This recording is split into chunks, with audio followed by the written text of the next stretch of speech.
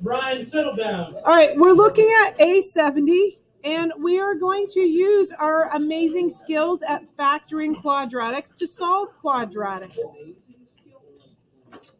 So you are reviewing by solving these linear equations.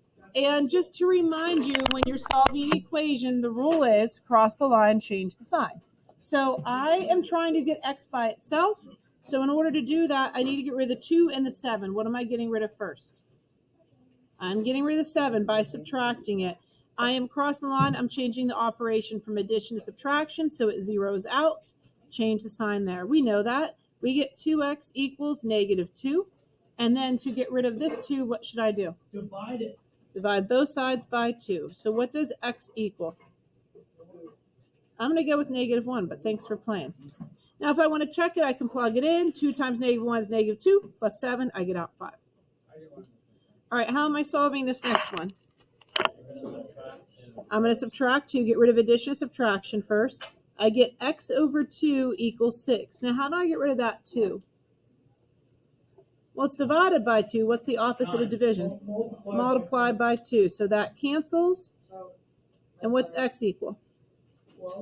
12. What's up? No, we're going to move on. I know. Now, notice there's x on both sides here. So the first thing I'm going to do is I want to isolate the x to one side. And if I bring the 6x over to the left, then everything's on the left. And I want to try to get that 10 by itself. So I'm going to subtract the 3x. I'm moving this to the left. And I have 10 equals 3x. Now what? Divide both sides by 3. And so on the left, I have 10/3. On the right, I get what? X. It doesn't matter which side my answer's on as long as I have x by itself. Okay, next one. What would most of you do for this one? What's in the parentheses to do? Nothing. Would you distribute? Yeah, I'd probably, okay, so 3x plus 12 minus 5x equals 2. Now, here's the mistake we seem to make. A lot of people, you need to put these x's together, and the mistake I see people doing is they're going to say plus 5x plus 5x. Did I take it across the equal sign? No. So I'm not trying to cancel out. I'm trying to add like terms. So you're not changing the sign. You're just matching them together. Yeah, so 3x and a -5x is what? -2x. Keep your positive 12. Keep your equal 2. So I'm just doing one step at a time. Now I'm going to subtract 12. Cross the line, change the sign. So I get -2x equals -10. What does x equal? Divide both sides by -2. 5. And x is positive 5. Okay, so the reason we started with these, it's the idea that we had to isolate and get x by itself, and I can do that by inverse operations, adding, subtracting, multiplying, dividing. Now, the problem comes in when we go to start solving problems like this. Look at this problem, guys. If I get n squared by itself, then I have an n in my answer. And if I get n by itself, then I have an n squared. So the problem is you can't put n squared and 7n together. And you can't solve it without being able to break it up. So what we're going to do is we're going to solve by factoring. Now, if you come up here, it says the zero product property. Okay, if I multiply two things together and my answer is 0. So if I have the product of two numbers and the answer is 0, then one of those two numbers has to be 0. That's all you're saying. So if I told you I have 3x equals 0, what does x have to be? 0. X has to be 0. And even if you solved it, you would get x equals 0. But it's the idea that 3 times 0 is 0. Okay, so how does this apply? Well, let's say I got something and it looked like this. X minus 2 and x plus 1. Remember how we were factoring and it looked like this? So let's say we had this, and I said this equals 0. What would make this chunk right here equal 0? If x was what? Positive 2. Positive 2. Now, x can be 0. 0 minus 2 would be -2. But if x is positive 2, what's 2 minus 2? 0. 0. And if this is 0, what happens when I distribute a 0?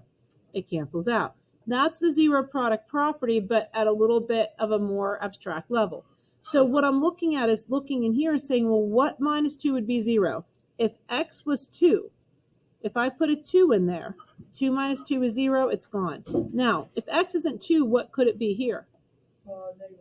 Negative 1. -1. Do you understand where he's getting that number from? So is this like those questions where we answered like 2 options? Yes, you will have 2 options if it's a quadratic, which is that square term. Okay. So when But you, if the parentheses aren't there, you can't solve it like that? yes, you can't, you have to break it into 2 sets of parentheses and use this zero product property. So whenever I look at this, I'm really asking myself what plus -1 would make this 0. And if you wanted to solve it, you would set it equal to 0 and subtract 1. That's why x is -1. So anytime I have a quadratic, which is that ax squared plus bx plus c, we work with that a lot this year. Do you guys remember that we spent a lot of time graphing this too? Remember how it made that U-shaped curve? And that U-shaped curve had those x-intercepts, and sometimes it went down, sometimes it had one solution or none. This is what we're solving, we're doing algebraically. So when you look at this, I can't solve this unless I factor it. So 2 sets of parentheses, more basic factoring. The big difference is now we're set equal to 0. Before, we didn't have an equal sign. We were just using expressions. So this is my first term, n times n, and this is my last term. What multiplies to 10 but adds up to -7? 5 and 2. 5 and 2, okay. So 5 times 2 is 10, but 5 and 2 adds up to +7. Negative. So make them both negatives. Now, this was all you had to do for the last chunk of time where you just factor, but now we're taking it one step further. What would make the first set here 0 if n was what? Positive 5. +5. So it's the opposite sign because we want it to cancel. So if n is 5, that would make this 0, and then 0 would knock everything out. Now, if n is not 5, what would make this 0? Positive 2. N would be +2. Would be our final answer. Your final answer is n equals 5 or 2. And you could write it like that, or you could write it with a comma in between.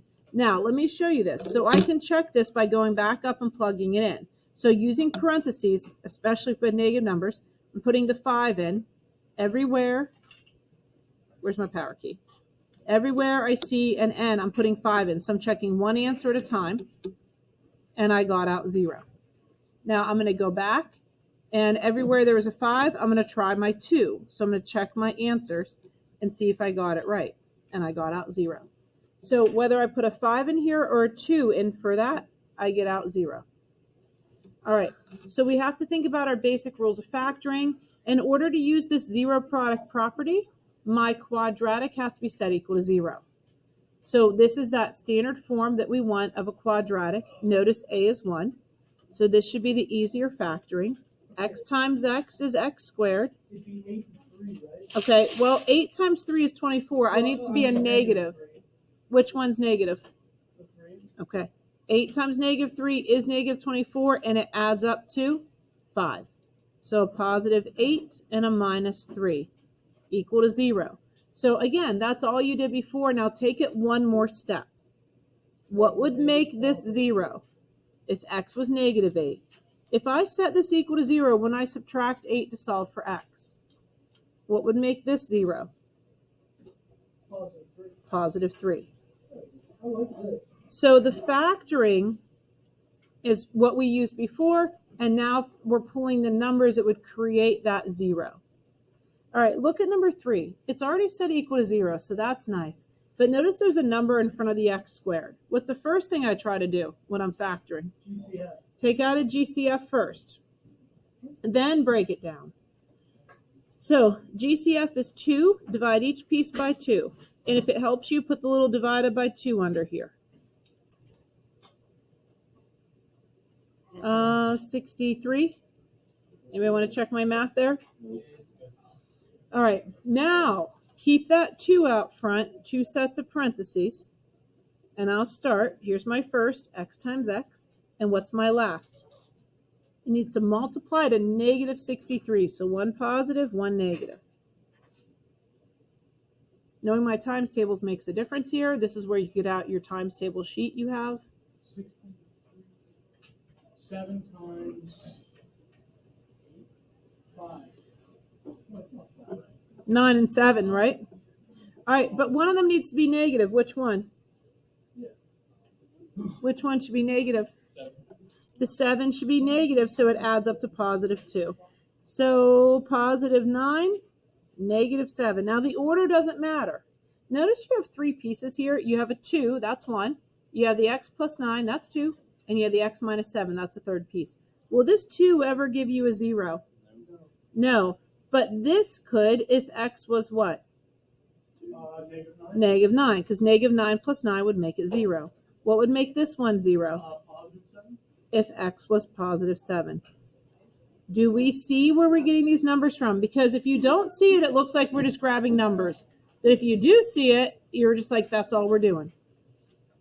Okay? Is this all we're doing for the rest of the year? There might be a couple extra things, but this is what we're doing for a couple days. No, this is it. No, sorry. This is it. All right. So x times x is x squared. Since there's no GCF, I need a positive 15. What are we doing? 5 and 3? Both negative. So the negatives multiply to positive, but they add up the outer and inner to negative 8. Okay, what would make this 0 if x was? Positive 5. And what would make this 0? Yep. That's it. Okay, flip it over. Thank you for picking something easy. Well, it should be easy if we're good at factoring. Now, let's look at these. First of all, are they all set equal to 0? Okay, next, notice there's only 2 terms here. So a lot of us were trying to just jump in and get the 2 sets of parentheses, but shouldn't we always look for a GCF first? So what's the GCF here? Just x. All right, so if I divide by x, what's left? Just an x plus 8. And some of you are making all kinds of things out of this, but that's it. It's factored. Now, what would make this 0? 0. X is by itself. So if I put a 0 in here, what would happen to everything? It would wipe it all out. So if you have just a variable like x out there, that could make it a 0. Now, what would make this 0 if x was? Negative 8. There's your 2 answers. 0 squared plus 8 times 0, well, that's 0. Now, if I put negative 8 in here, I have to use parentheses. Negative 8, close parentheses, power on the outside, plus 8 times negative 8. Well, that's going to be positive 64 minus 64. There's my 0. But if I don't use parentheses, my calculator does not square the negative, and I get the wrong answer. No way. I know, right? That's crazy. All right. Number 6, GCF? 3. And? X. 3x. So take that out, just one step. What's left? A 3x minus 1, and a lot of us would lose that. But 3x times 3x, 3x times negative 1. I got a question. What? Why isn't that 0? What would make this 0? If x was 0, think about it. It's 3 times x, 3 times 0. If I did this up top here, I think I asked you this earlier. If I had 3x equals 0 and I divide by 3, then x could be 0. So 3 times 0, that means my x could be 0, just like this one. Now, what would make this one 0? Positive 1. It's actually a positive 1/3. Okay, so where did that come from? I don't know. So I set 3x equal to 0 and I solved. So that's where I got the first x equals 0. Now, if you set this 3x minus 1 equal to 0, and if I do this, you guys are right. I would add 1 and I'd have 3x equals 1, but to finish solving it, I'd have to divide by 3. There's my x equals 1/3. So some of you can do this in your head where you see adding the 1 and dividing by 3. If not, instead of being able to do it in your head, take it off to the side. So you're telling me if there's a 1 there and a 0, I have to put the 1 above the 0, above the 3. Yes. So here's why. If you really think about this problem, we have the x equals 0. Like each piece gets set equal to 0. I'm done. I don't have to solve it.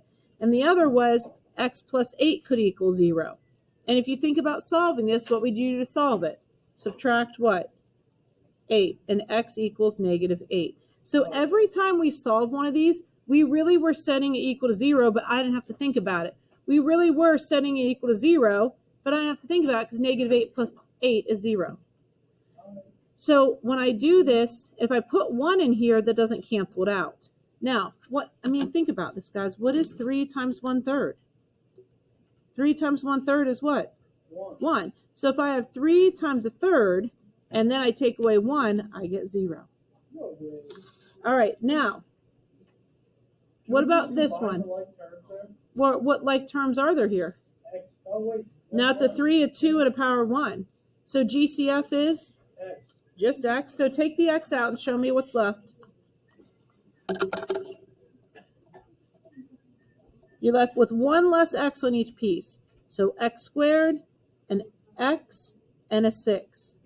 Now, notice you still have that x out front. All right, this is your typical quadratic. So how does it factor? X times x. What do I need to get my negative 6? 1 positive, 1 negative. So what do you want? What multiplies to negative 6? Negative 1 and 6. But that would add up to 5 or negative 5. So I'm going to go with 3 and a negative 2. Okay, do you notice you have 3 chunks here? Here's 1. X could be 0, right? This could be 0. What would make this 0? A negative 3. This one have 3 answers? Yep. What would make this 0? Positive 1, 2. 2. Positive 2. Okay, so let's talk about this. What was the highest power on these x's? 3. Now, I won't always have 3 answers, but if I have a power of 3, which would be a cubic, I could have 3 outcomes. Notice the highest power here was 2, and I had 2 outcomes. Notice when my power was 2 and it was a quadratic, I had 2 outcomes. Go back up to what we started with. What was the power here? Wait, ask the question again? What was the power on these? X was to the power of 1, wasn't it? Yeah. How many answers did I have for each of these problems? 1. Okay, so the degree on your variable determines how many answers you have. Will I always have 2 answers for every quadratic? No, I might have 1. All right, a couple more. This almost makes sense. What's missing? What's going on in these 3 problems, guys? The middle thingy equals 0. The middle number is missing, or the middle thingy is missing. That means 1 positive, 1 negative. Right? Yes, guys, this is the one where the middle term is 0x, and you see that this is a perfect square. This is that difference of squares. So I need x times x. I need factors of negative 81 to add up to 0. Negative 9 positive. There's your 9x. There's your negative 9x. So All right, Ken, I see you. x could be 9 or x could be Negative 9. negative 9. Now, what you'll sometimes see the answer written as is x equals plus or minus 9. I will take this answer, but I will also take this answer. That's just saying a positive or a negative 9. That's what that means if you see it. All right, this is another difference of squares, isn't it? Yeah. Are X all these plus different 2? squared ones going to be perfect squares? Okay, if it's a difference of squares, it has to be a minus sign, and this has to be a perfect square. It's the only way it works. If this was a plus sign, there's no factors of 4 that add up to 0. I need the negative and the positive. Now, what would make this one 0 if x was negative 2? And what would make this one 0 if x was positive 2? Those are my 2 answers, or you could write it as x equals plus or minus 2. Tony, can I take a swing at number 10? Sure. Negative 6, positive 6? Yes, so let's show the factoring. X plus 6, x minus 6. So there's your x squared. There's your negative 36. Outside and inside add up. Well, you're going to show the factoring, and then you're going to write your final answer. What if I can... You're going to show the factoring, and then your final answer. Wait a minute. All right, now, what makes 11 and 12 harder? Well, I wish they had a GCF, but they don't. I have 3 terms, and that's not a 1 out front. So this is where I have to do a little trial and error. So 2 sets of parentheses. Now my first term, my only options are 7 and 1, right? What are my options for negative 3? A negative 3 and 1 or 3 and negative 1? So I don't want to put the 3 here because that would make this a 21. So I'm going to put my 3 here and my 1 here. I'm going to make this the negative and this the positive. All right, so I did little trial and error in my brain. The outside, the first and last work, the outside 7x, the inside's negative 3x. I got my outer and inner to give me 4x. Now, you understand if you factor it wrong, then your answer's wrong. So it's another reason you want to show that factoring. Okay, here's the one that I don't have to think about. What would make x plus 1 0? If x was negative 1. What would make 7x minus 3 0? 0? Nope. 3/7. So where did I get that from? Oh, okay. I see what's happening. Now, if you say x could be 0, 7 times 0 is 0, but I still get negative 3. I want this whole thing to wipe out. Okay. So take this 7x minus 3 and set it equal to 0. It's just like number 6 where you just take the one number and stack Yes. it on top of the other one. So, but you have to make sure you change the sign. So I have 7x equals 3. So that's why the sign went to positive, and I'm dividing by the number that's multiplying 7. There's my 3/7. Okay, last one. Another one that we have to think about. 2 sets of parentheses equal to 0. So I keep my little equal sign. Now, what are my options to get 8? 4 and 2. Or 8 and 1. So I'm going to do 4x and 2x. Now, my options for 5 are only 5 and 1. I don't need any negative signs here. So here's my thought. If I put the 5 here, that's going to get me up to 20. So I'm thinking about putting the 1 here and the 5 here. Now, if this doesn't work, I have to go back to the drawing board and try again. So I've got my 8x squared. I've got my 5. The outside is 4x, and the inside is 10x. Does that add up to 13? No. Now, if I switch my numbers, it gets too big. Because if I switch it, and I put the 5 here and the 1 here, now that's 20 and 2. Okay, so I don't think it's the 5 and 1 that's the issue. I think it's the 4 and 2. So I'm going to do 8 and 1. Now, here's the deal. I don't want to put the 8 here because whatever I put here gets multiplied by 5. So I'm going to put the 1 here and the 8 here. There it is. 1x times 5 is 5x. 1 times 8 is 8x. So that's all I had to do before, but now I have one extra step. What would make this 0? Negative 1. X could be negative 1. What would make this 0? 5/8. Has to be a negative 5/8. Okay. All right, where am I getting that negative 5/8 from? Stack it on top of the other one. 8x plus 5 equals 0. Subtract 5. And then divide.